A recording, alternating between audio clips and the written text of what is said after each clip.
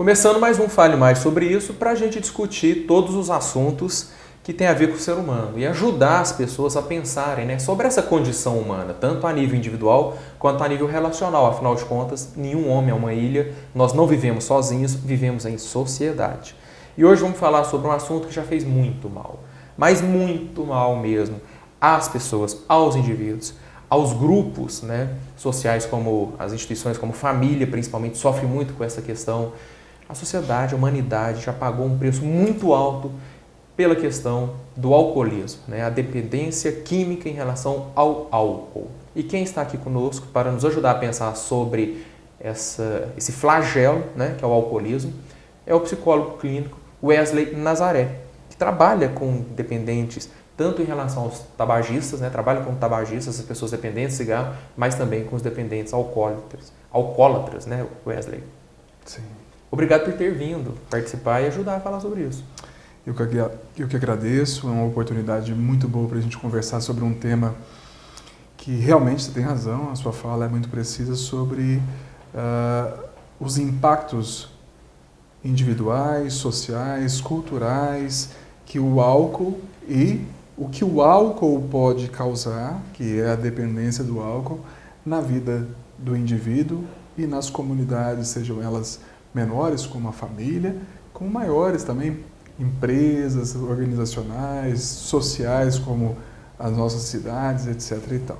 Repercussão na vida profissional da pessoa, sim, repercussão na vida sexual da pessoa, né? Vários impactos, né? O álcool, ele, sem dúvida, é a droga, porque o álcool é droga, né? A gente tem que lembrar isso, porque às vezes fala, não, eu não uso drogas não, eu tomo uma cerveja de vez em quando. Veja, o álcool é uma droga porque o conceito da Organização Mundial de Saúde sobre drogas é que toda e qualquer substância que altera o funcionamento do sistema nervoso central. E o álcool está descrito assim, né? Altera o funcionamento do cérebro, altera comportamento, porque é uma droga depressora do sistema nervoso central. A classe dela é nessa área de depressora do sistema nervoso central. Muita gente fala assim, por que eu tomo álcool, fico feliz, fico depressora como? De fogo? O álcool tem fases. A fase inicial do efeito do álcool é o que as pessoas chamam de uma espécie de euforia, de uma espécie de liberar um pouco as angústias e ansiedades e sentem-se um pouco mais alegres. Mas a finalidade do álcool enquanto droga é deprimir o cérebro, porque as pessoas sentem talvez mais sonolência, algumas pessoas, quando exageram nesse uso, podem chegar a ter o que a gente chama de apagões, seja ela no trânsito principalmente, e causar os diversos malefícios que tem por aí. Até chegar num grau máximo do coma alcoólico, por exemplo. É uma questão séria, principalmente hoje em dia, que os adolescentes de hoje, os jovens de hoje, têm um comportamento diferente do jovem, por exemplo, da nossa geração, onde as festas começam por volta de 11 da noite e terminam às 15 horas do dia seguinte, 4 horas da tarde do dia seguinte. Então a ingesta de álcool nesse período é muito grande e os jovens atualmente hoje têm preferido drogas, o álcool destilado, né, que tem uma maior concentração de unidades de álcool por dose. Só para você ter uma ideia, em média, uma cerveja tem 4,5% de unidades de álcool por dose, né? Vodka, uísque pode chegar a 30%, 40% dessa concentração de álcool, intoxicando mais o organismo e muitos casos assim de coma alcoólico e como é depressora do sistema nervoso central, podendo gerar parada cardiorrespiratória, problemas muito sérios na vida desses jovens. Os prontos-socorros aí estão cheios de casos assim, chegando em estados deploráveis, jovens, adolescentes e também adultos nesse nível, né? E eu acho legal você tocar nesse aspecto, porque você falou, né, que hoje culturalmente é diferente de algumas gerações atrás, em que hoje as festas começam pela manhã, pela tarde, atravessam o dia e vão até a tarde ou a noite do outro dia, né? E as pessoas ingerindo cada vez mais bebidas, né, e com maior concentração de álcool, inclusive, como realmente é fato, basta ver né, o que os jovens estão bebendo, e também o que eu chamo de flagelo da moda das festas open bar, que o consumo é liberado mediante o pagamento de uma taxa alta. Né? E aí algumas pessoas fazem o raciocínio, paguei, então vou beber até capotar, no sentido de que vou tirar vantagem ao máximo. Né? E aí estão franqueando, estão abrindo aí as portas para o alcoolismo, porque começa a ter um comportamento que vai ser desenvolvido um padrão e levando ao alcoolismo, não é isso? Um dos fatores, né? Eu acho que a gente tem que entender uma coisa séria, né, sobre isso, né? Porque o álcool, como é uma droga, em geral, diferente do crack, o crack, quando a pessoa utiliza, rapidamente ela pode se perceber dependente química e rapidamente os efeitos deletérios do álcool aparecem. Em geral, o álcool... Do álcool ou do crack? Você tá falando? O crack. O crack é muito rápido. Sim. O álcool leva muito tempo para os efeitos deletérios aparecerem. Portanto, dá-se a impressão de que é uma droga leve. Os efeitos prejudiciais demoram então... muito a aparecer se houver a questão da doença. Porque a gente tem que entender o seguinte, nem todo mundo que ingerir álcool vai se tornar dependente do álcool. Porque existem vários fatores, inclusive o fator genético, que é um fator predisponente à questão da doença. Mas o abuso, a exposição, é óbvio que é um outro fator muito importante. O século XVIII marca a industrialização do álcool. O álcool existe na sociedade humana há 5.000 anos antes de Cristo. Já existem relatos do álcool na sociedade humana. Biblicamente existem relatos de álcool na sociedade humana. Estudos antropológicos marcam vários sinais do manuseio do álcool. Agora, a gente percebe que do século XVIII para cá, a exposição a partir da industrialização do álcool se torna uma coisa absurda. O nosso país é um país campeão mundial de pontos de vendas de álcool por metro quadrado. O Dr. Ronaldo Laranjeira, que é talvez o principal pesquisador sobre dependência química no país, alerta já há alguns anos sobre essa política pública de não se interferir na exposição, venda e consumo do álcool. Então, é um fator a exposição, é um fator a ingesta do álcool de uma maneira abusiva. Mas nós temos que lembrar que tem outros, como a genética, como os aspectos neuroquímicos, que podem colocar a pessoa neste nível de patologia, dependência química do álcool, ou com outros critérios, que a gente pode falar de abuso do álcool, uso nocivo do álcool, até chegar na dependência química. E se são muitos os fatores, inclusive a partir de uma base genética, por exemplo, é óbvio que dentro de uma sociedade em que há uma cultura do culto ao álcool, favorece a explosão, né, das questões, porque às vezes a base genética está lá, mas se não tivesse exposição, permanecia lá sem provocar problema. Mas numa sociedade que cultua o álcool, inclusive por mais metro quadrado que qualquer outro lugar no mundo, então acaba fazendo que seja uma sociedade muito predisposta mesmo a ter o disparo do gatilho genético, né? E a gente vê os prontos-socorros lotados, né? Mas eu gostaria de deixar essa pergunta aqui para quem estiver nos assistindo pensar a respeito. O álcool já foi ou tem sido um problema na sua vida ou na vida de alguém que você ama? Às vezes o álcool é um problema, né? Na vida de uma pessoa ou na vida de uma pessoa que a gente ama, que você ama. Às vezes é um problema no contexto de uma família, dentro de uma empresa, enfim. O álcool, ele, apesar de ser um elemento que faz parte da história da humanidade, como Wesley, que é psicólogo clínico, que trabalha com a questão da dependência química, colocou, a industrialização do álcool, a partir do século XVIII para cá, é que eu acho que realmente causou um grande problema. Porque com a industrialização houve uma facilitação do acesso, né? Houve uma banalização e uma naturalização do acesso, né? Houve até uma forçação de barra em relação ao acesso, porque vira uma mercadoria e o sistema capitalista precisa vender e força as pessoas a comprarem, até adolescentes a comprarem álcool, o que não acontecia de forma generalizada em outras culturas pré-capitalistas. Mas Wesley, quando é, na sua visão, que o álcool passa a ser um problema e a pessoa pode se falar, não, eu sou alcoólatra? Primeiro, assim, que a gente tem que deixar claro que o alcoolismo é uma doença. Sendo uma doença, é importante o diagnóstico. E o diagnóstico, neste caso, é sempre feito por profissionais da área de psicologia ou de medicina ou da área de saúde em geral, que pode ter essa capacidade de avaliar por testes diagnósticos, avaliação clínica, se tem os critérios diagnósticos. Eu gosto muito de pensar na ideia assim, de uma régua, como se fosse de 0 até 100. Né? Quem está livre de se tornar dependente químico, seja do álcool ou de qualquer outra droga? Aqueles que não usam algum tipo de substância de abuso, como essas. Está livre.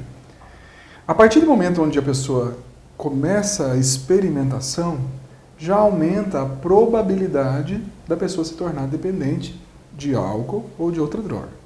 No caso específico do álcool, que a gente está tratando hoje, eu acredito que é uma droga que ela merece muita atenção pela cultura, por nós vivemos em qualquer festa de aniversário, qualquer coisa que a gente vai participar, a gente encontra, dentre as opções, o uso do álcool.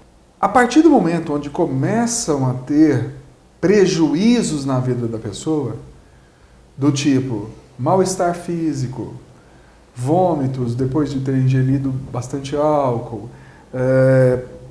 acidentes, discussões sociais, familiares, aumento de violência, etc. Incapacidade de realizar uma responsabilidade, de cumprir uma responsabilidade. Perdeu a aula, perdeu o serviço. Não buscou o filho na escola. Isso aí começa a gente chamar de problemas em relação ao uso do álcool. Só que para falar em dependência química, nós temos que lembrar de alguns fatores. Que aí, é óbvio, eu vou passar só rapidamente aqui, para as pessoas que estão em casa poder pensar a respeito, se existem esses sinais presentes aí no seio da família, ou consigo, ou com outra pessoa que a gente conhece. Então, começa pela questão da tolerância. Né?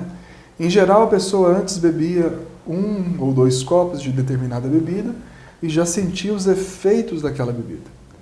Depois de um certo tempo, a pessoa precisa beber muito mais quantidades daquela bebida, seja copos, por exemplo, para ter o mesmo efeito. Isso chama-se tolerância, é um critério diagnóstico. E não, eu sou ótimo para beber, posso beber uma caixa de cerveja. Pode ser um problema, porque se você consegue beber uma caixa de cerveja, é porque você está tolerante ao álcool, e isso é um sinal de diagnóstico. Tem a questão da saliência do uso. A pessoa, de repente, começa a envolver o álcool em todas as situações da pessoa. Né? Seja, eu vou jogar bola, eu tenho que beber, eu vou para uma festa, eu vou almoçar, jantar, antes de trabalhar eu tenho que beber, depois do trabalho, e aí a saliência do uso é onde esse uso vai aparecendo. Cada vez mais é frequente na vida da pessoa. Ela ia ao cinema, mas agora ela não vai ao cinema mais porque ela prefere sempre ir para o bar. Ela ia à festinha de aniversário de criança, mas ela não vai mais à festinha de aniversário de criança porque só vai para o bar. Então, esse estreitamento de repertório também é outro ponto. E, evidentemente, a gente guarda para a síndrome da abstinência, que é talvez o maior marcador de algo que é só um problema de uso de álcool para uma doença, que depois da ingestão de álcool, no dia seguinte começa a sentir a síndrome da abstinência. Tremores, irritabilidade, dores de cabeça, diarreia, vômitos, instabilidade emocional, insônia e por aí vai. Que isso pela falta da substância. Aí quando a pessoa bebe de novo, isso aqui tudo cessa. Aí a pessoa tem como se fosse um alívio desses sintomas da síndrome da abstinência porque ingeriu álcool de novo. E depois acontece novamente. Então isso chama-se síndrome da abstinência, que é um fator decisivo para a dependência química do álcool. E aí nós temos, dentre outros fatores, evidentemente, essa percepção da vontade do uso constantemente, a compulsão, ou seja, eu não consigo parar de beber, Eu começo falando, não, vou beber só 2 latas de cerveja, mas aí eu bebo uma caixa, 2 caixas, 3 caixas. Acredite, né? Tem pacientes que chegam ao consultório relatando o uso diário de 36 latas de cerveja. Você pegar o volume disso em termos de álcool é uma intoxicação muito grave e aposto, como nós conversamos, que não começou nesse número, né? Então, esses sinais, dentre outros, tem um mínimo de critérios diagnósticos de 4 e chegando até os 8 critérios, eu não vou falar todos aqui, mas que tem que ser feito pelo profissional da área de saúde, né? O psicólogo é um deles, que pode avaliar, diagnosticar. Lembrando, uma vez dependente químico do álcool, é uma doença incurável, progressiva e fatal. Incurável, progressiva e fatal, porque não tem cura. Tem tratamento, tem recuperação, tem alguma forma de lidar com isso de uma maneira saudável. Progressiva, se não tratada, vai evoluindo para casos graves, de dependência química grave. E fatal, porque os índices de morte em decorrência do uso de álcool por acidentes ou doenças relacionadas é muito grande. Além disso tudo, ainda um problema a nível afetivo para a família e um problema a nível de saúde pública para a sociedade de uma maneira geral. Mas eu acho muito importante também a gente trabalhar a questão, ok, a pessoa está te ouvindo, percebeu, não, está sendo um problema para mim, então, o álcool, né? Ainda mais entre as mulheres, porque no século, esses últimos anos, a indústria descobriu as mulheres como um potencial, né? Então as mulheres têm bebido, têm sido convidadas, induzidas, incentivadas, né? Cria também uma cultura de que liberdade feminina tem a ver com a liberdade de se escolher o que fazer, beber, enfim. Tem toda uma ideologia em torno disso, causando problemas para as pessoas. Mas diagnosticou, tá? Eu acho que eu estou com esse problema. O que fazer? Nós vamos falar sobre isso agora. Tratamento. Né? Eu acho que isso é muito importante. Porque se é uma doença, a gente não pode falar, é porque é vagabundo, é sem vergonha, não tem vergonha na cara. Cria vergonha, rapaz. Não é bem assim. Quando a gente fala de doença, a gente tem que deixar um pouco a moral de lado e perceber que este indivíduo agora, ele sofre com sinais e sintomas. Se é uma doença, precisa de tratamento. Ou, o que eu digo, né, e sou partidário dessa convicção, de que não existe um tratamento melhor do que o outro. Existe um tratamento adequado para aquela pessoa, para aquele tipo de paciente. E, às vezes, né, um profissional da área de saúde pode gerenciar isso. O que este indivíduo vai precisar como ferramentas para lidar com a doença uma vez diagnosticada. Porque nós também não podemos, só porque o álcool e o uso do álcool está muito comum, intitular uma pessoa de alcoolista sem esse devido diagnóstico. Sim. É óbvio que é uma mazela social. São drogas dispersadas na sociedade que depois, como você disse, tem um preço muito alto, sobretudo no sistema público de saúde.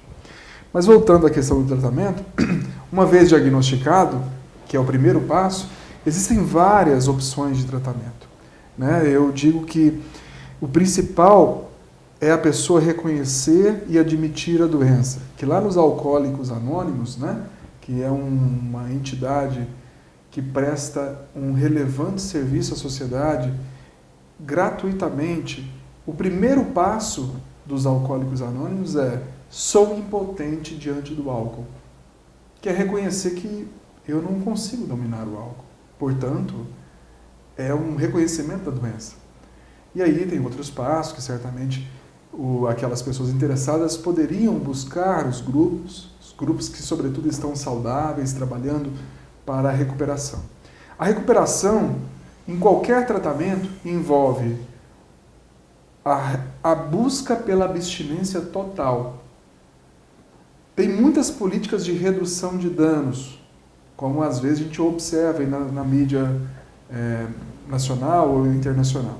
Mas só que uma vez que a dependência química é uma doença incurável, não tem uma medida, você vai tomar só uma cerveja. Porque a própria compulsão é um sinal e sintoma. Então a busca de um tratamento com base científica sobre o alcoolismo deve ser a busca da abstinência total das substâncias. Zerar o consumo. Zerar o consumo. Para isso tem técnicas, para isso tem estratégias, para isso tem que se trabalhar esse mal-estar da síndrome da abstinência. Passa até pela redução de danos, mas o objetivo pode até passar pela redução de danos com o objetivo final da abstinência total. Mas não tem jeito, doutor. Eu posso continuar bebendo só os finais de semana? Você está diagnosticado como alcoolista, então isso não é possível. Porque se você beber no final de semana, você pode até controlar isso por um tempo, mas dali a pouco você vai voltar para o padrão de uso da própria doença. E aí os sinais da dependência, da síndrome da abstinência? Podem ser mediados ou não com algum tipo de medicamento para reduzir a compulsão, para melhorar os efeitos deletérios da síndrome da abstinência. E na medida em que a pessoa for ganhando a abstinência total, o terapeuta ou o tratamento que se visa a recuperação vai dando a ele estratégias de adaptar sem o uso do álcool, ou seja, vai ter que prevenir recaídas, vai ter que ajudar a pessoa a se reinserir-se socialmente fora dos ambientes ou das situações de uso do álcool rotineiras. Eu me lembro de um paciente muito simples que eu atendia na época da formação, que ele gostava muito de sinuca, né? De jogo que normalmente acontece em bar. Mas aí ele quis parar de beber, mas quis continuar indo ao bar. E aí uma das estratégias era mostrar a ele que ele pode aprender a fazer outras coisas que não ir ao bar para se divertir. Porque se ele continuar indo lá sem estar recuperado, ou em recuperação mais sólida, é muito mais fácil da recaída e, portanto, o uso do álcool. E às vezes não é só o dependente, mas a família, os amigos entenderem que tem um papel importante. Sim. Porque às vezes a pessoa está na luta, né? Tá em abstinência, está lutando, mas os amigos via WhatsApp, ei, vamos beber todos esse final de semana. Eu sei que os amigos não têm culpa, mas têm culpa. A sociedade é corresponsável pelos seus membros. E assim a família, enfim. Né? Não há tratamento para dependência do álcool sem envolver orientação familiar. Porque muitas vezes a família é codependente do indivíduo que adoeceu. E muitas vezes, quando a pessoa começa a se tratar, aparecem os problemas que antes a pessoa era o alvo, né? Era o bode expiatório. Tudo era por causa do alcoolista. Mas quando ele começa a se tratar, vem aparecendo os problemas da mulher, da filha, do filho. E aí esses problemas também precisam ser gerenciados, senão é quase que um motivo para voltar a beber. E também, uma vez que a família entendeu que é uma doença, ajudar o paciente a buscar um novo estilo de vida. Uma prevenção de recaída, uma manutenção da sua recuperação. E isso envolve tratamento psicoterápico, médico farmacológico, orientação familiar. Se necessário for para determinados casos, uma internação voluntária para desintoxicação, ou, se dependente a pessoa for vamos dizer assim, que tem uma relação talvez melhor com ambientes de fazenda, dar um tempo em uma clínica ou em uma comunidade terapêutica. Tudo isso é possível com o objetivo do tratamento da recuperação. Dito isso, e nós estamos encerrando a discussão, Wesley, uma colocação, eu quero saber a sua opinião. E antes disso tudo acontecer, a prevenção. Né? A gente tem um minutinho, como é que é a sua ideia? O que você diria? Como trabalhar essa questão da prevenção? É um desafio enorme, né?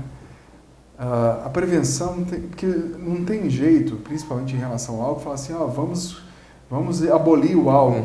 Não vamos abolir o álcool porque o álcool está na nossa sociedade instaurado. Nós temos que entender... E há quem faça uso sem problemas. Então. Tem que entender, o Dr. Ronaldo Laranjeira, vou usar uma fala dele. Nós temos que dar uma oportunidade da família educar os seus filhos, entes queridos, sobre o álcool e não a mídia que envolve o álcool e a indústria do álcool. Dar a opção de fazer isso de uma maneira segura e saudável, ou menos prejudicial, ao invés de deixar correr solto como se fosse uma coisa sem nenhum problema. Porque, de fato, de cada 10 pessoas que usam álcool, 1 a 3 dessas 10 pessoas podem adoecer da dependência química do álcool. E quanto maior for a exposição libertária e libertina, né, das pessoas ao consumo de álcool, essa tendência vai ser sempre crescente, né? Wesley, eu agradeço a sua participação, tenho certeza que nós contribuímos, né, com a discussão. E a educação, disso que a gente está falando, né? Educar, conscientizar, trazer o assunto à tona. Sinta-se convidado a voltar sempre para discutir esses assuntos tão importantes para a gente falar mais sobre isso. Eu agradeço. Deixa um telefone de contato, um e-mail, um Facebook, quem quiser te achar. Tá. Estou à disposição, né, se as pessoas tiverem dúvidas, ou às vezes a gente não falou de algum tema ou de alguma parte. Os telefones são 3214-2521, 3237-2525, da Clínica Sonora, que eu faço parte. E o e-mail é Wesley, com 2 L's e Y no final, Nazaré, com TH no final, @gmail.com. E eu estou à disposição. Agradeço a oportunidade, Leonardo. Quero aproveitar para parabenizar mais uma vez o programa, Fale Mais Sobre Isso, e essa iniciativa que é tentar levar um pouco dessa discussão que a gente faz cotidianamente em consultório, no meio de profissionais, mas que as pessoas e população merecem ouvir mais e pensar mais a respeito. Legal, muito obrigado, Wesley. Obrigado. Prevenção. O programa é justamente para isso, ajudar as pessoas a pensarem a respeito, porque quanto mais nós pensarmos sobre, estamos nos prevenindo em relação a essas furadas da vida, né? Agradeço a sua participação, gostou do programa? Compartilhe no canaldagente.com.br, no portal falemaisobreisso.com.br e venha conhecer o Center Dr. Manuel Crozara, onde o programa é gravado e você pode encontrar psiquiatra, psicólogos, médico dermatologista, geriatra, médico do esporte. Aqui você vai ser muito bem tratado. Até a semana que vem, mais um Fale Mais Sobre Isso.